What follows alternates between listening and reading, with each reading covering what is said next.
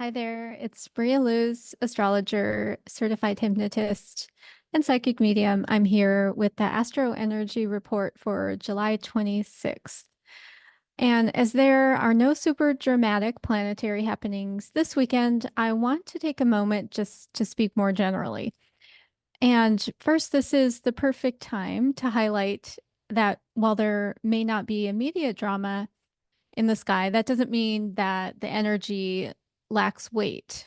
Um, with our lives being busy and we have this constant stream of information, there is just this tendency to respond to only things that are loud or dramatic.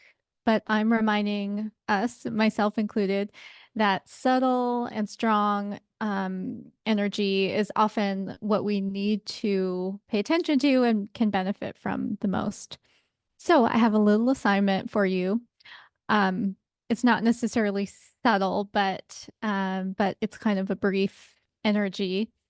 Mars will be in a sextile, which is a friendly kind of opportunity and passing energy with the sun for the entire weekend. So on Friday, the moon in Aries will be synced up with that kind of fiery energy. But early Saturday morning, the moon moves into Taurus. So it's moving from this fire sign that kind of matches Mars, matches the sun being in Leo, and then the moon's moving into Taurus. So maybe just see if you feel this subtle energy to breathe the life, that would be Mars, into something uh, kind of right away on Friday.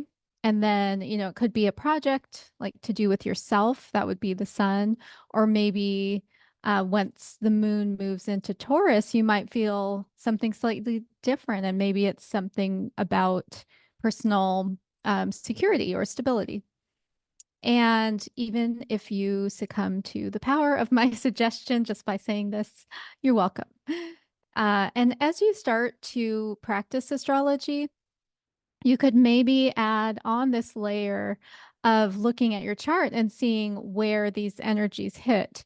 And then in this way, you can feel how your birth chart is really always changing in response to these energies. And this knowledge that we're not only feeling these things I talk about after week as a collective energy, but each of us is experiencing it slightly differently depending on our birth chart. And that is really meant to drive evolution for us individually and collectively in a way that is compassionate and really honors like where each person is at any given time, which leads me to Leo energy.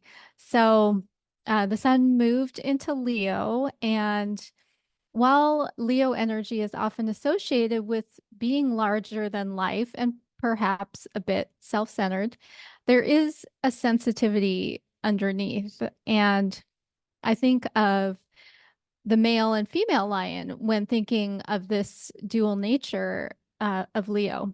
And both are regal and they have a sense of entitlement, which comes from their strength and their solidity in self.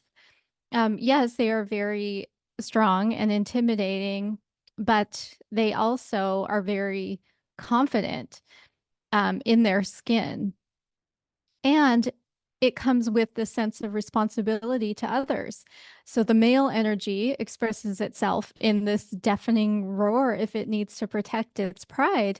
And the female energy is always alert to any changes in the environment or to any of the individual cubs or other lions within the pride. So you can see how there is that sensitivity with the strength and the confidence in there and the responsibility to others. It's not all self-centered. And no, I'm not being defensive because I am a Leo sun.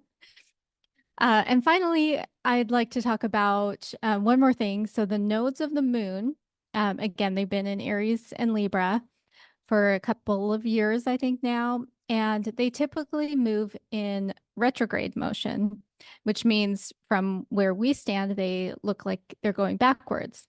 And it is a calculated point. So on Thursday, for a couple of days, they're going to be in this um, stationing direct motion, which is not usual. So it's something to pay attention to. And then at the same time, which is why I'm bringing it up, that asteroid Chiron in Aries is also stationing direct and then will move retrograde through the end of this year.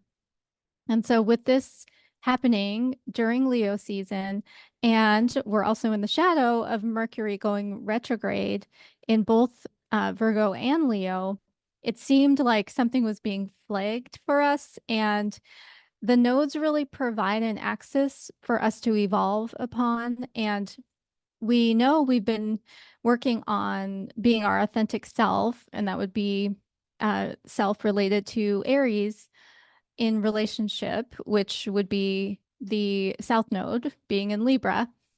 And Chiron in Aries points to this fundamental worthiness wound in self. It's not for anything you may have done or because you were born into a certain family or not. It's this fundamental intrinsic to self feeling of never ever being good enough, no matter what you do or what you have. So you can't like buy your way out of it or marry your way out of it.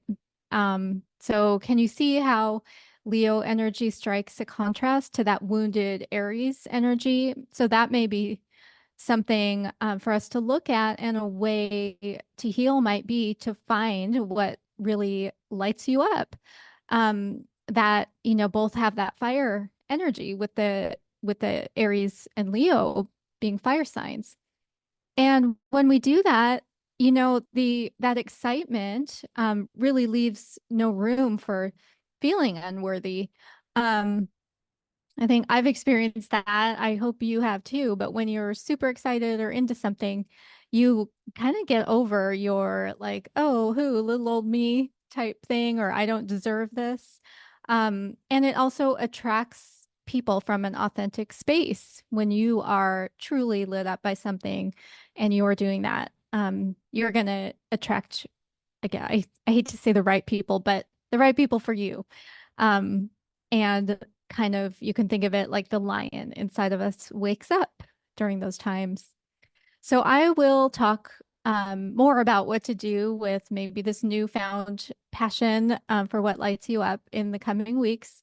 Because I think there is some gold in this Mercury retrograde that's coming. And with that, I wish you a wonderful, wonderful weekend. And if you have any comments, please give me an email, info@marialuz.online. You can also check out my Substack where I post the written analysis that goes with this video each week. And my website, of course, if you want to schedule anything with me, is marialuz.online.